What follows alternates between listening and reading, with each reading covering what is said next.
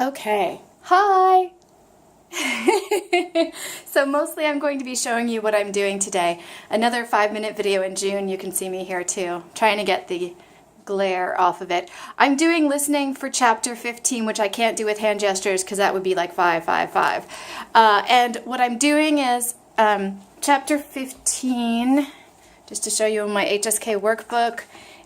Part 1 is where you see the pictures and you have to decide, do you see the X's? X's are what you're listening to is not correct, it doesn't match the picture, and if there's a check, it means it is correct. So what I did the first time around, with my new whiteboard, how beautiful is that sucker? It's a little short, so I put it on our thingy here, but at that it's the perfect height. So what I'm doing is I'm listening the first time, and this is something I can't do during the test but I want to do right now for vocabulary's sake, is I'm writing down kind of a mixture of English or opinion without the tones, keywords that are coming up as I'm listening, and as you can see from the question marks, things that I think, I know this is not a word in Chinese, but I will be able to match it sound-wise once I look at the transcripts.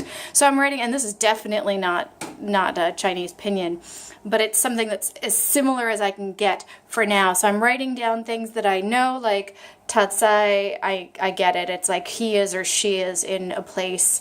Like, I know this is spelled wrong, but I know that it means trip, and I accidentally misspelled it, so I had to erase that. So I've got a variety of pinyin and English here, and that's the first round of listening. For the second round of listening, for the same section, because for chapter 15 I'm going a little more intense because I've got the time and I want to do this today, is I went through and I actually listened and looked and, you know, wrote down if they're different or not. I'm stuck with number 5. I got to think about that one for a second more.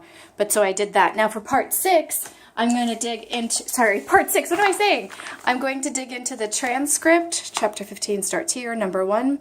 I'm going to dig into the transcript and do the underlining.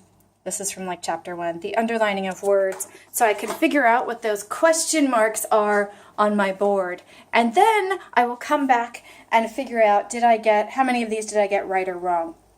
So hopefully that will help me figure out some of the vocabulary. I like doing this way because when I get confused, my brain seems to become a sponge, and then when I figure out what these are, I'm more likely to remember them than if I were to just go straight to the transcripts the first time and see them the first time through. I need to sort of torture myself with confusion in order to learn. So this is one of the processes I've been thinking about doing for a while. I can't wait to get to part 3 of the listening because that's when the question words come in, and that's when I'm really, really going to dissect why are question sentences so freaking hard for me. But this is just part 1 of the HSK listening for HSK2. So I'm going to pause for a little bit, but when I get back to the point where I check how many I did right or wrong, I'll let you know. Okay, so I've decided to do some stretching, so I'm on the yoga ball as I'm listening on that phone. I've got the transcript, my new tablet, and chapter 15 here. Way up here is the whiteboard, but I'm kind of moving around down here to get some activity. So there's, as you can see as I'm listening to the transcript, there's still a lot of questions that I have about certain vocabulary, but I can't spend too much time on this. It's meant to get a layer of confusion gone, and I definitely feel like I understand what's happening in most of these exercises, in most of these listenings that I didn't necessarily in chapter 14 or chapter 4, which I'm labeling the hellish chapter.